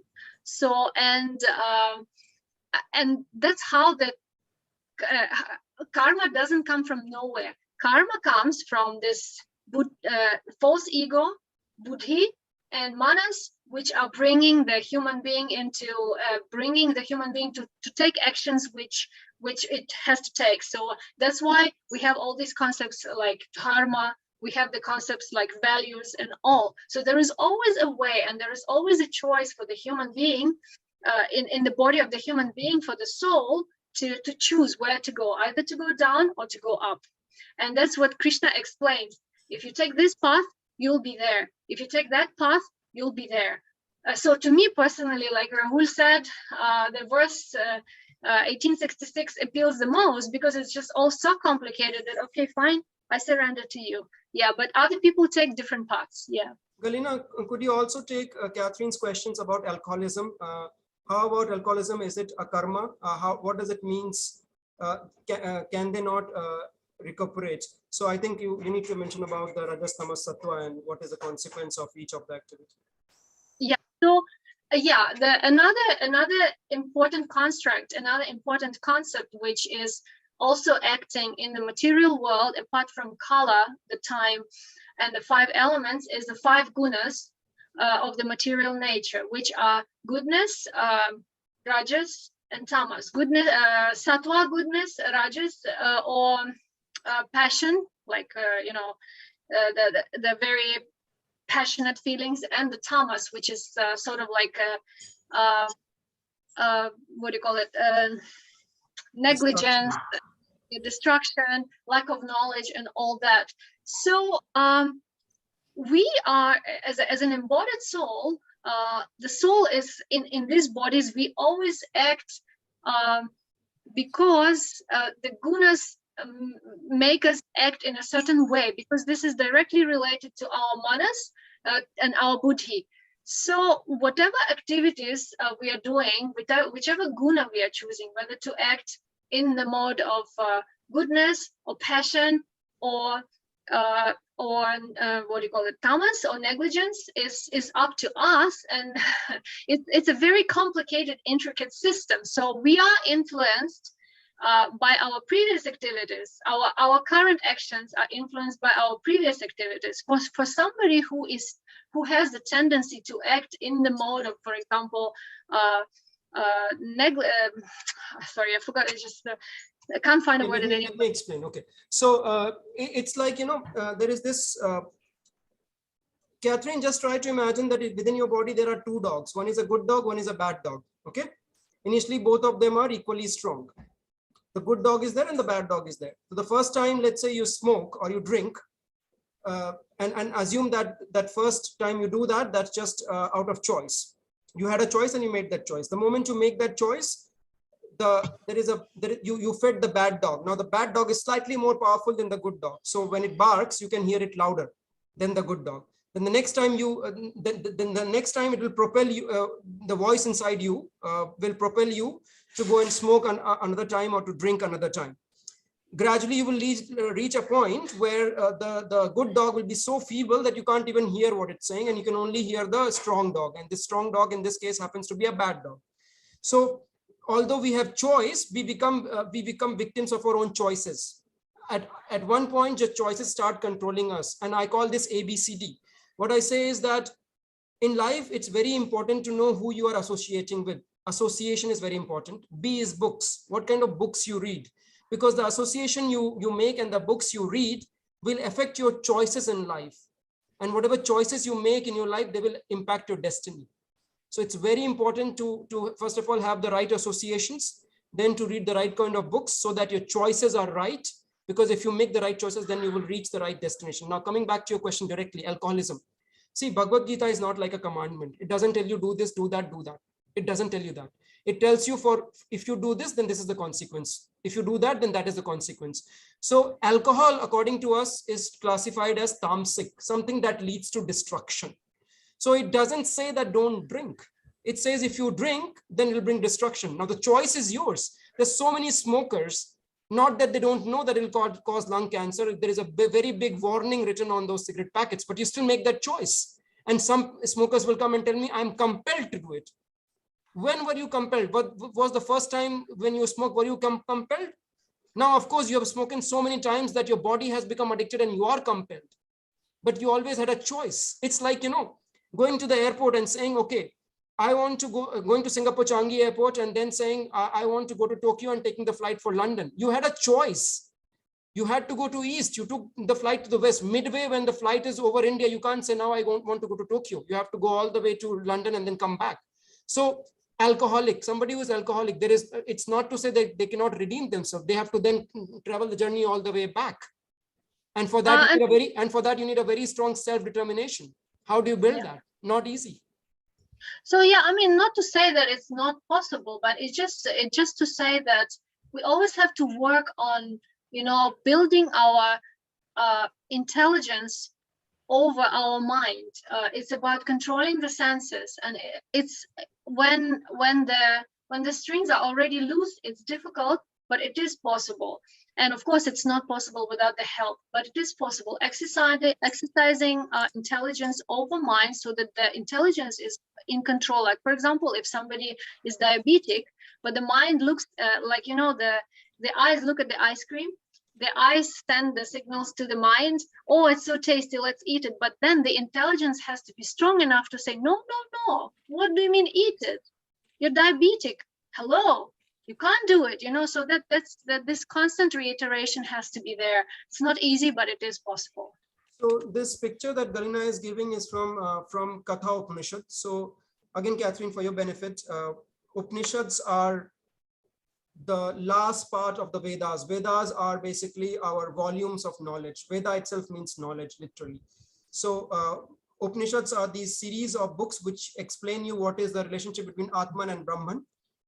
For simplicity, it is the explanation of how the soul interacts with the super soul. So in one of the Upanishads, which is called Katha Upanishads, Upanishad, there is something called Rath Kalpana. Rath means chariot and Kalpana means imagination. So in that imagination, what it says is that think of your senses as 5 horses. So your eyes, nose, ear, tongue, all that, these are like 5 horses, 5 wild horses, in fact. And then there is a rein. Rein is the string that holds them. And there is a person who is holding that rein. And at the back, there is a passenger. So who are these? So the 5 wild horses are your 5 senses. The rein is your mind. The controller is intelligence. And the person sitting at the back is the soul, the real passenger. So what it says is that if you do not control your mind, then your mind will be pulled in all directions, just like the wild horses are pulling the string, pulling that rein. So how do you control the mind? Through your intelligence. Just like Galina was saying that if you're diabetic and if you're stupid, if your mind is not in control of if your intelligence is not controlling your mind, then you will actually go on and eat that sweet. So the intelligence has to control the mind. How do you control the intelligence? Through your soul. So refinement of your soul is needed for you to control your intelligence. So it's a hierarchy of systems. All right. We'll move to a question by Chintalji, who, if you would please turn on your video and ask the question directly to the authors, please. Yes, thank you. Yeah, hello. So my question is, what do you mean by Nishkam Karma? And or how do you define it in form of an example? And is it that with your Nishkam Karma, you can change your destiny, or whatever you are destiny associated from your past lives, you have to bear it, or can your karma change it, or does Nishkam Karma play part in it? No, your karma can't be changed. Whatever you've accumulated so far can't be changed. So it's like wealth. Whatever you have accumulated so far can't be changed. It's there. You have to face the consequences. What you can change is from here on. So Nishkam basically means, nish means without, kama means desire, karma means consequence of activities. So Nishkam Karma means an activity that does not have a kama, that does not have a desire attached to it. Now, what is this desire? So as I was explaining, the consequence of any karma depends on 5 things. It depends on adhisthanam, which is your body, your platform. You cannot remove your body. It depends on karanam, which is basically your 5 working senses and 5 perception senses. You can't remove that either. It depends on your chestha. Chestha is endeavor. Chestha is not desire, it's endeavor. Okay. Then there is divine will. You can want a certain outcome of your kriya, but it may or may not happen depending on the divine will. You can't take away divine will. And then there is karta. What is karta? Karta is this false ego that Galina was talking about. This false belief that I am the doer. It's a bit like, you have a very expensive pen. Let's say I don't know names of expensive pen. Maybe somebody could tell. Monte Carlo, I don't know. Yeah. So some expensive pen, right? And it's in the hand of the author. So the author can write with that pen and keep writing volumes and volumes and volumes of literature. And one day the pen gets very egoistic and says, I am the one who is doing the writing. So I am very smart. I am very intelligent. So I can write on my own. So when you get into that misconception, that's when you start accumulating karma. Now, the problem here is that majority of us are in that misconception. How do you know that? What is false ego? False ego develops when the soul enters the material body. As soon as it enters, you get this assumption that I am this body and nothing beyond. And when you are in that assumption, you start attributing more and more to your own body. So just to make it simple, you start assuming yourself to be the doer. So the moment you start assuming yourself to be the doer, you will have a karma associated to that. So any kriya you do will have karma, kriya man karma, as I have explained so many times so far. So let's think of it this way. On day one, today is your first day at work. At that time, do you have sanchit? Do you have collected wealth? No, because you haven't worked a single day so far. So you only have kriya man karma. So the first day you work, or the first month you work, whatever salary you get that month, assuming you have spent nothing. So at that point, your wealth is equal to your salary. But obviously, we know we'll spend some of that, right? So some of that will get sucked out. That becomes your prarabdha, that becomes your destiny. No matter what you do, you will have some destiny, some consequences attached to it. Whatever you save out of this, whatever your salary minus your expenses, whatever is left, that becomes your wealth as of this month. Next month, you will keep on adding to it. Some you will add, some you will subtract. Some you will add, some you will subtract. What is your goal in your life? Your goal in your life is to make sure that kriya man karma I'm talking about, that remains zero. You do your activities in such a way that it doesn't accumulate new karma. That is the only thing you can control. You can't control the past. Nobody can change your past. How do you do it? That was your practical question. It depends. It starts with self. Galina was talking about that happiness equation, attainment minus desire. You really can't control your attainment. You have no control over what you attain. That is not in your control. What you can control is your desire. But how to control desire? Is it so easy? No, it's not easy. What do? You start with yourself. So you start with a process where you start donating part of the fruit of the labor that you have accumulated by giving it to others. What do I mean by that? You start with charity. All of us do some work, we get some monetary benefit out of it, and you start with giving that away. Very easy to say, very difficult to do. Try giving 10% of your salary or 20% or whatever that is. It will be difficult. When you keep doing, slowly you keep increasing this. Slowly you keep increasing the amount you give to others. Why? Because now you're not doing it for your own selfish desire, but you're thinking of people, others around you. But before you do that, try to stabilize yourself first. It's a bit like traveling in the aeroplane. Before you try to help others, put the mask on yourself. So don't start helping others if you yourself are not stable. So start doing charity as soon as you can, because at that point you are dissociating some of the fruit, not the kriya yet, but some of the fruit that you got from your kriya with yourself. You're starting to give it to others. That's the beginning. Slowly, when you keep doing this, there will become a point when all your activities will be done in such a way that you are not putting yourself at the center of this, you are putting others at the center of this. That is what is meant by Nishkam Kriya. It's not easy. It's a process. It can take lifetime or many lives. It's not just referring to the money. It can be anything else. It can be time, it can be effort, it can be attention.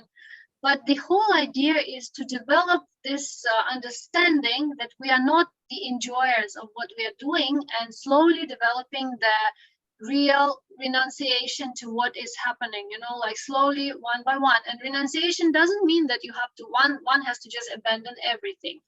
No, abandoning everything is not going to work, because we still have to interact in this material world with the material energy. But the mindset and the kind of like understanding of what all this is done for, and under what conditions, it has to be developed, and it can be developed slowly, gradually. Yeah. In fact, that is what Krishna categorically rejected, because Arjuna was saying, okay, I want to run away and live like an aesthetic. I want to run away from this battlefield. I don't want to kill anybody, because if I don't kill anybody, then the world will be peaceful. No, you can't run away from your duty. You have to perform your duty, but you have to perform your duty in a way which is in accordance with your swadharma. Swa means you and dharma means the right thing for you to do. So all of us have our duty, all of us have our swadharma.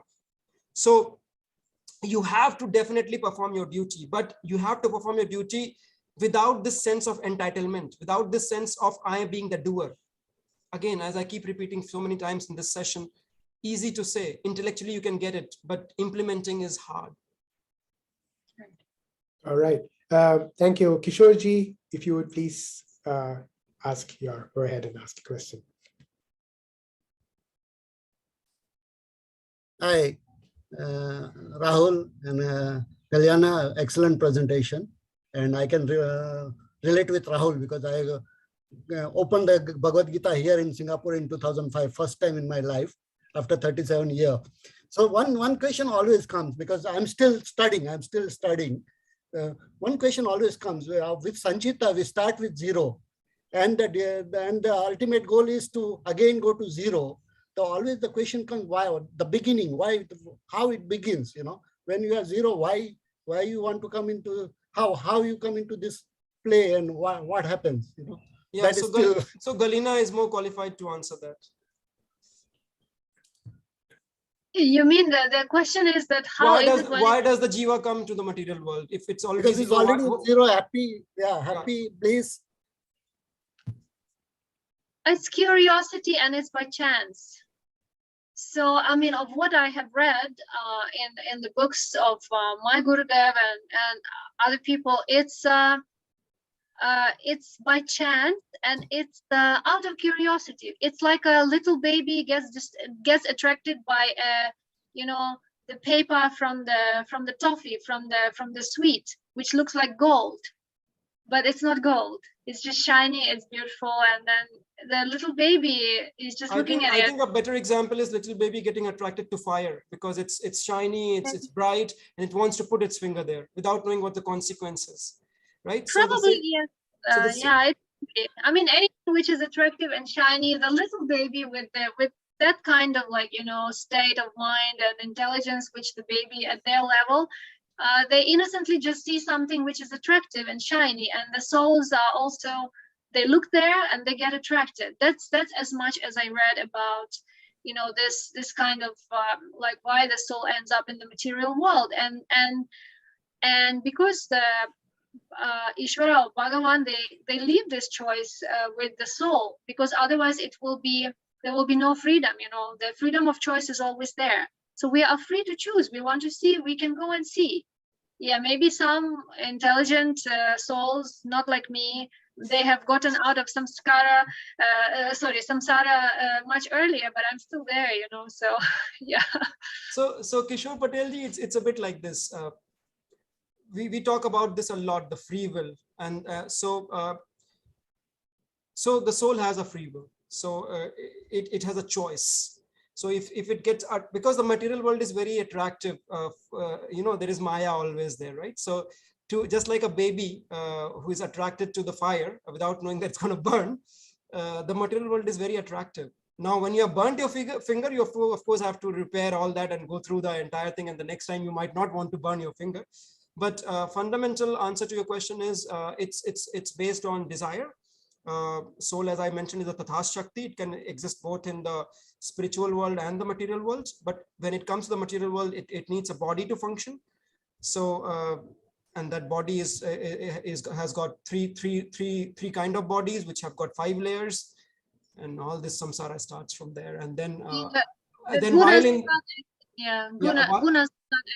gunas start interacting with it. And while it's in this cycle, some of us realize that this is not the end, and I need to go beyond.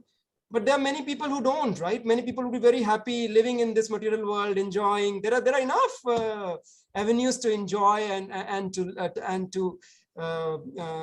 live in this material world, right? So to each his own or her own. I mean, whatever attracts you. So there are 4 people who generally look for jnana, like true jnana. Those who are generally curious, they just want to know. those who are wise, they can understand that this is probably not something which I've always dreamt about, and why do I have to take birth and deaths and four miseries? Those people who are in distress, they're suffering.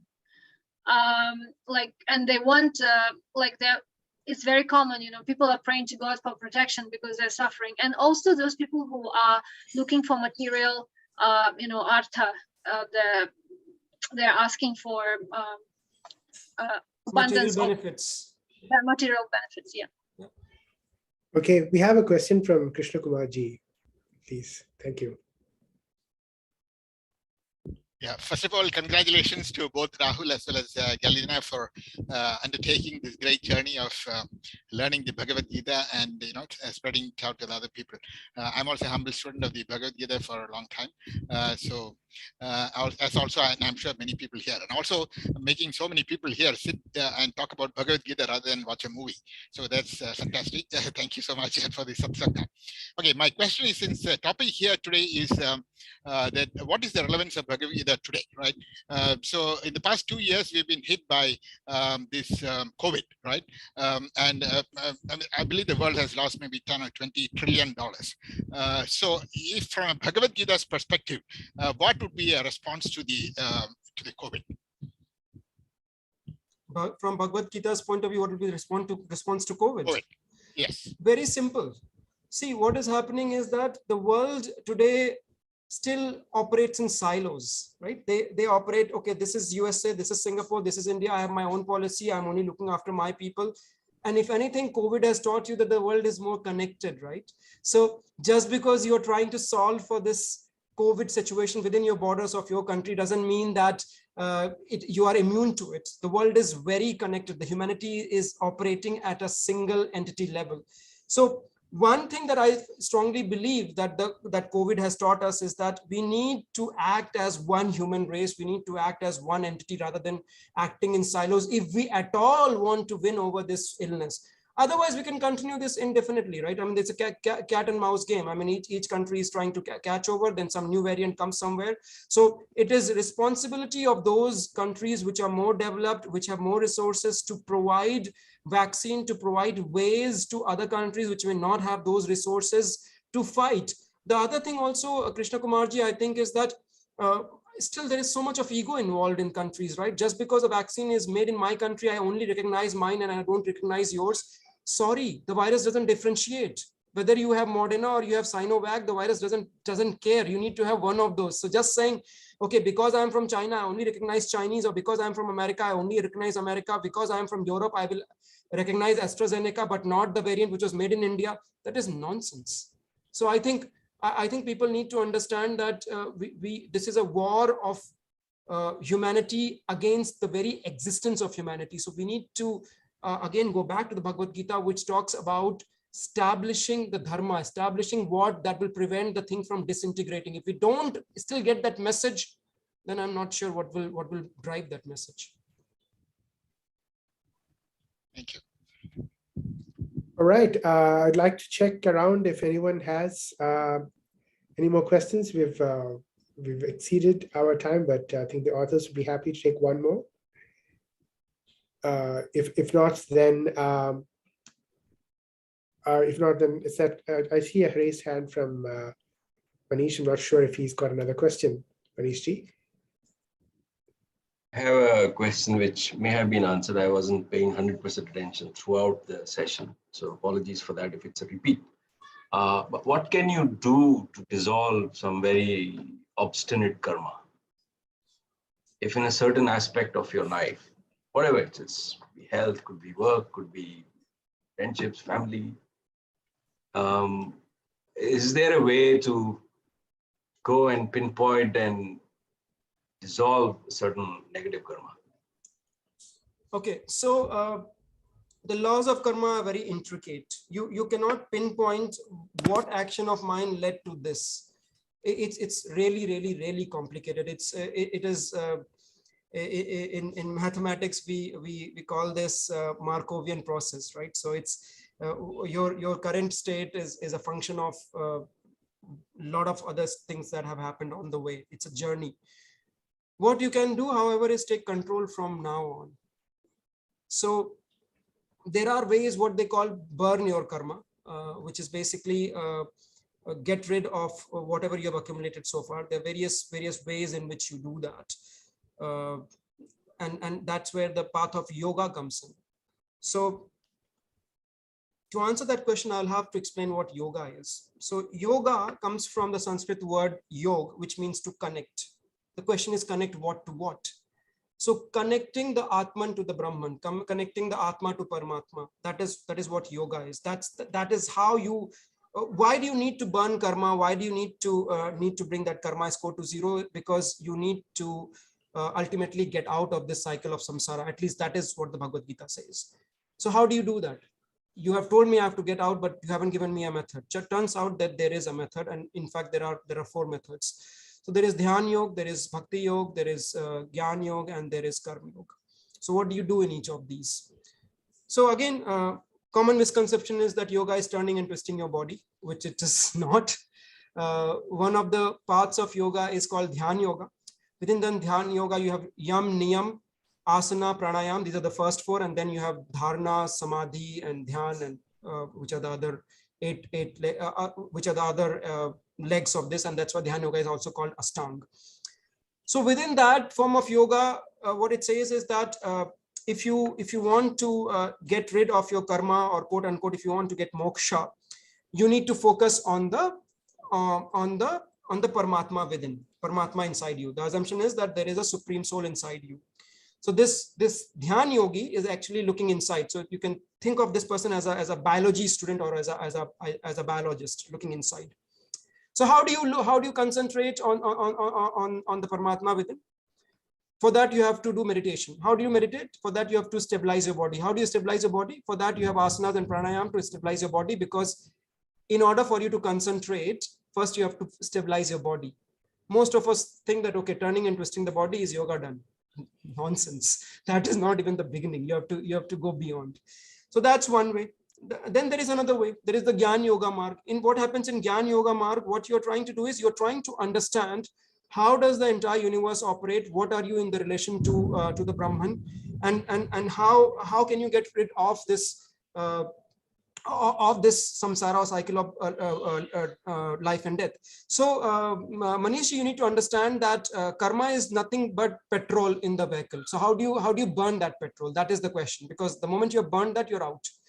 So in Gyan Yoga Marg, you are trying to burn it by understanding your relationship with the Brahman. So this is a bit like a physicist approach of trying to understand how the universe operates, and through that intelligence, through that Gyan, you will get the Sadbuddhi of how to get out of the system.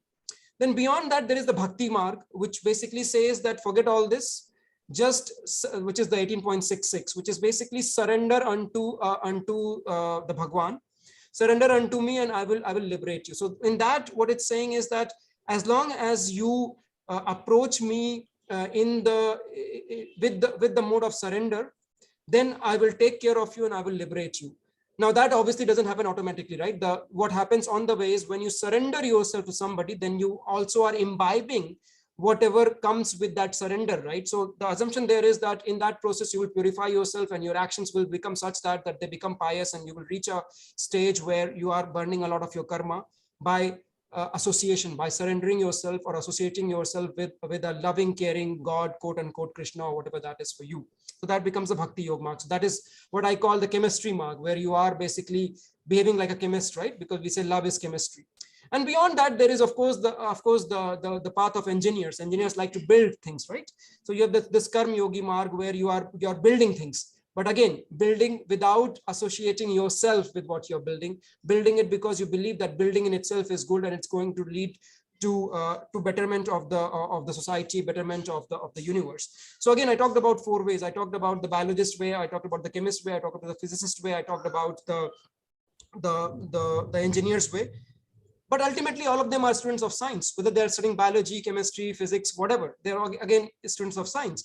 So whichever of these you pursue, and whichever of this you pursue with sincerity, and that depends on what appeals to you, you will ultimately get the Nobel Prize. So what is the Nobel Prize for the Jiva? The Nobel Prize for the Jiva or for the Atman is moksha.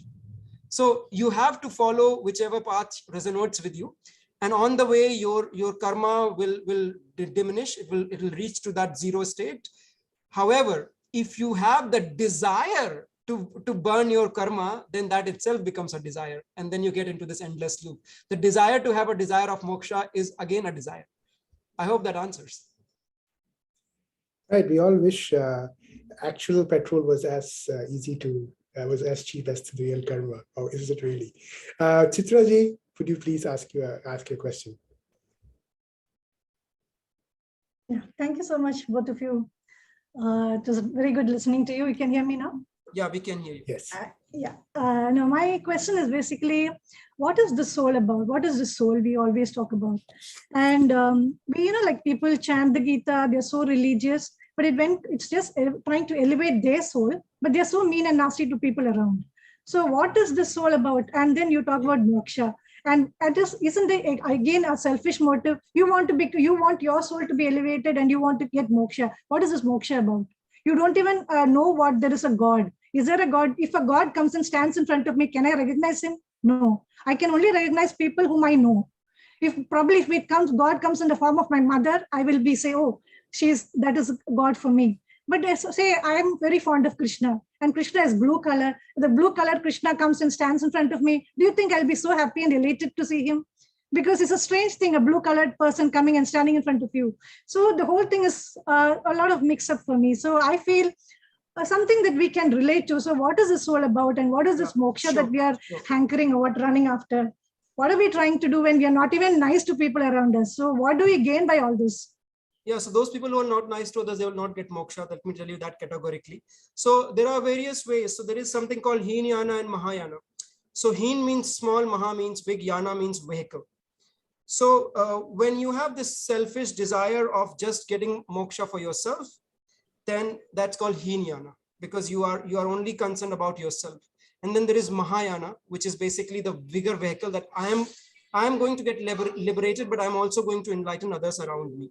So there is no wrong or right. It depends on your propensity. Some people like to, it's like extrovert or introvert. There is no wrong that extrovert is better than introvert. So some people have that journey which they confine to themselves. If you ask them, they will tell you, but they're not going and preaching to you. Others might be the ones who are going and preaching. An example. So in Buddhism, you have something called Buddha. Buddha means somebody who's enlightened, but you also have Bodhisattva, somebody who is in that process of enlightenment. So there are people who are qualified to be Buddha, who can get enlightened, but they still choose to remain in the material world to help others transcendent. So an example of that in Singaporean context would be Guanyin. Guanyin is a Buddhist goddess who is Bodhisattva. She's not a Buddha, but she chose to be a Bodhisattva to help others in their journey. So again, it's a choice that the soul has. Now, again, coming back to your question, what is a soul? So soul is basically the energy or the source of consciousness within your body. So again, I'm going to only speak about what I know from Bhagavad Gita, right? So according to Bhagavad Gita, soul is what gives consciousness to your body. Now, what is soul itself has three properties. It's Sat, Chit, Anand. Sat means eternal. That means it never gets destroyed. Chit means super conscious. And Ananda is not happiness, but bliss. So soul fundamentally in its purity is eternal. It's super conscious. It's blissful. So what does eternal mean? Eternal means it never dies. It never perishes. It is always there. Chit means super conscious. What's the difference between conscious and super conscious? You're conscious of yourself. You know about your body right now in your body. You know what is aching, what is scratching, what is good, what is not good in your body. You might be a mother. Do you know everything about your child? Do you know how your child is feeling? You may know something, but you may not know everything. So a super conscious soul knows about everything else. It knows about others exactly the way it knows about itself, because there is no other in that sense. You reach that stage of Sat Chit Anand when you understand that there is no other and the whole system is interconnected. That is what is called as the Atman connecting with the Brahman. So that is the property of soul. So again, your question was that there are some people who are very rich, very religious and all, and yet they are not nice to other people. Here you are confusing religiosity with spirituality. Religion and spirituality are two different things.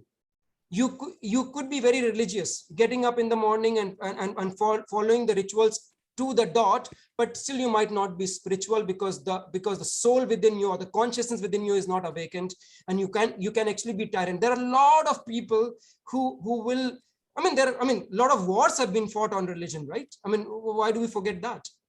So you could be religious but not spiritual. Does that answer?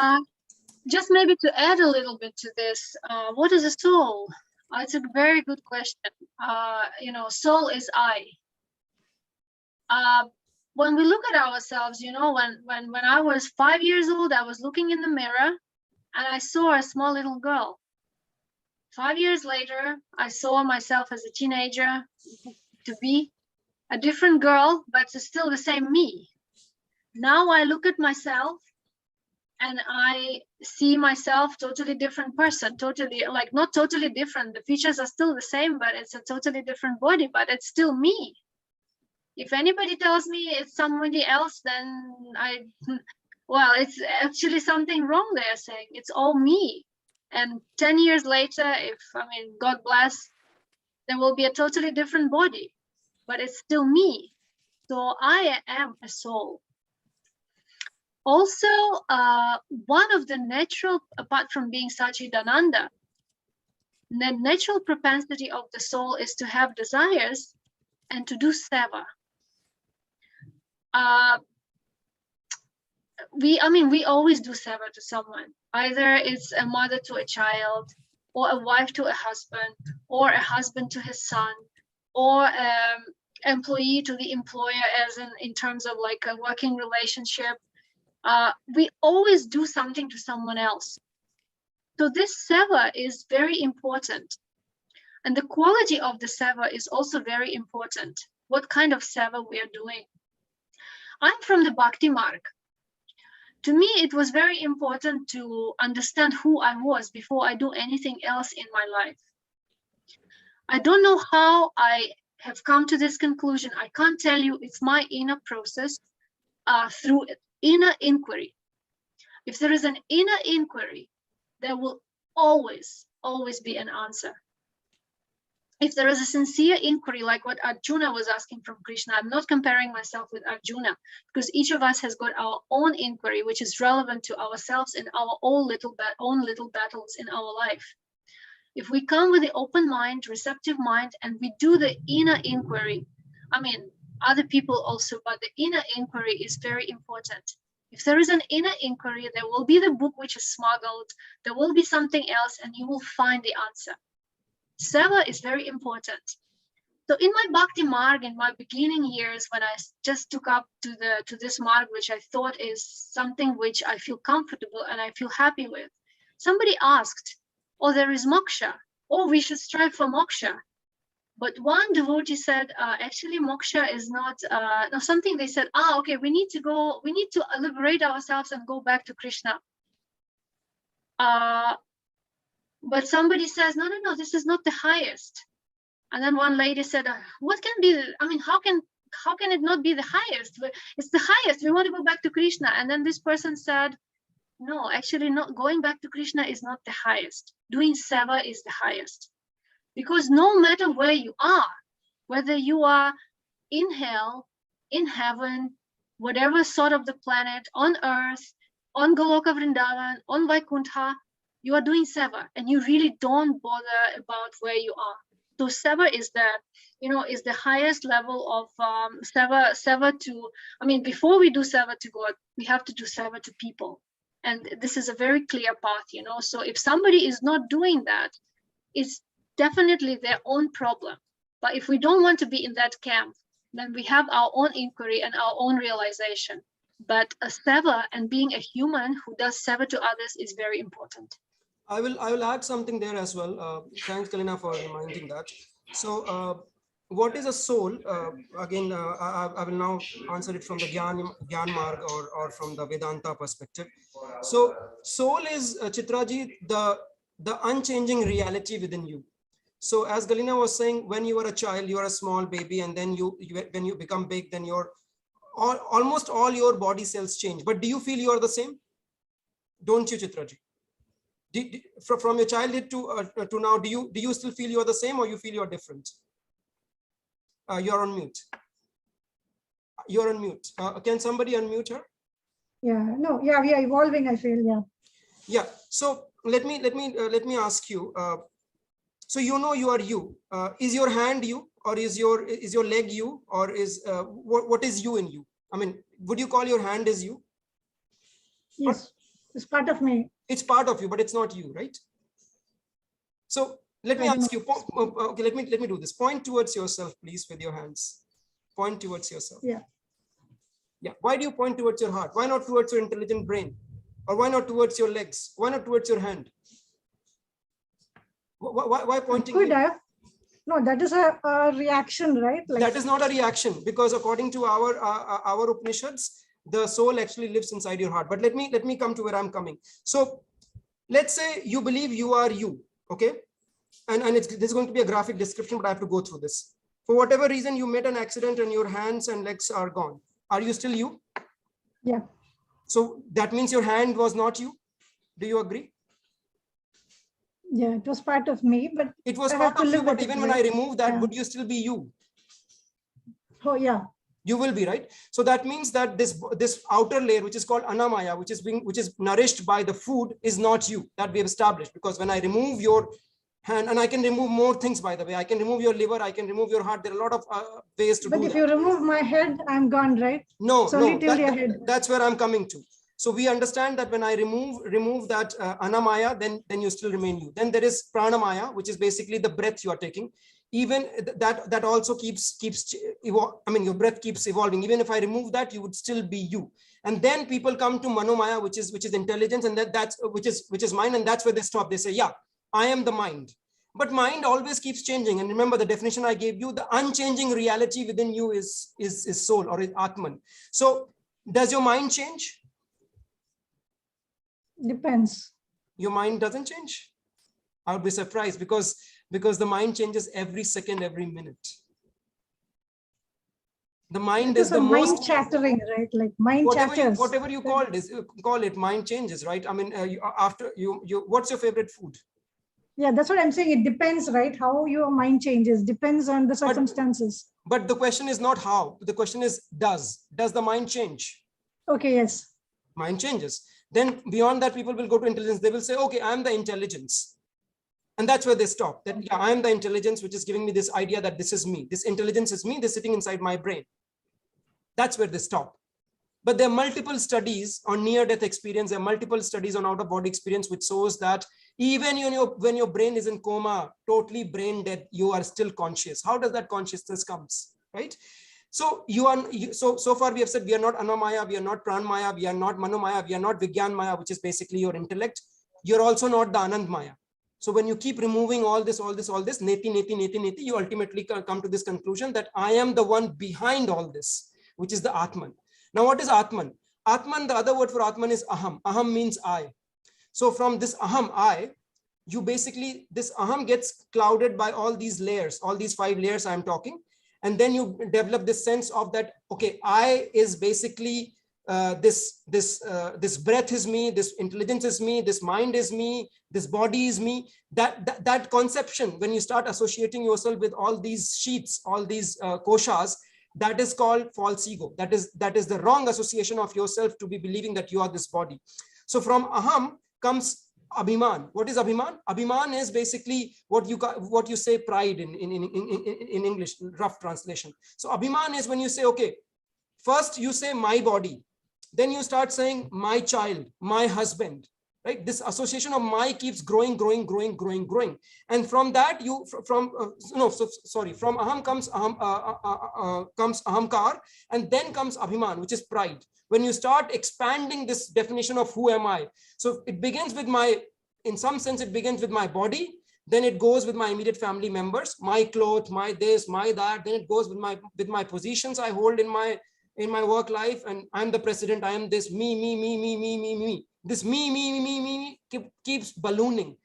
So this is, how do you get rid of this? The reverse of evolution is called involution, when you look inside.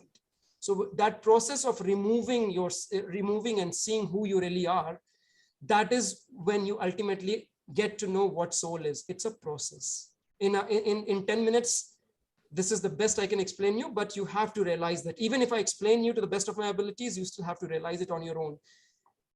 And as I said, one lifetime may not be enough to realize who am I, who is the Atman. Because the moment you have realized who are the Atman, who is me, who is the Atman, you have also realized who is the Brahman. And that basically is already moksha. Thank you, Rahul. And thanks for keeping us this engaged discussion for close to 2 hours. Who knew that's possible on the topic of Bhagavad Gita? There are probably a couple of questions more that we would have loved to answer, but we're already at the top of 2 hours. So in the interest of time, we will bring this session to a close. A couple of questions around how you can pursue the quest for knowledge, quest for Gita. People have asked, and having questions is the first and most important thing in the study of the Gita, because that's the spirit of inquiry that's actively nurtured in the Gita. There are several avenues. You feel free to contact the authors. The authors, they could put their email, their preferred contact addresses in the chat window for anyone to get in touch. There are study groups in Singapore from various organizations. They do weekly, monthly studies. So you will be among people of your community or like-minded people with this great thirst to understand the Gita in greater detail. You may also drop a note to the Gita Jayanti team. Krishna Kumarji is one of those who lead that. They probably have a very consolidated list of places where you could go to as well. There is no dearth of resources. I would like to really thank on the behalf of all the organizations that brought you this program. Thanks again for devoting this afternoon and early evening with us. The author's book, which is An Atheist Gets the Gita, is available now in electronic and printed formats. You can scan the URL. In fact, if they could just flash that slide in for a moment, please, you could scan this URL in order to get a hold of that link to the appropriate store. The authors are donating 20% of the book's royalties to charity.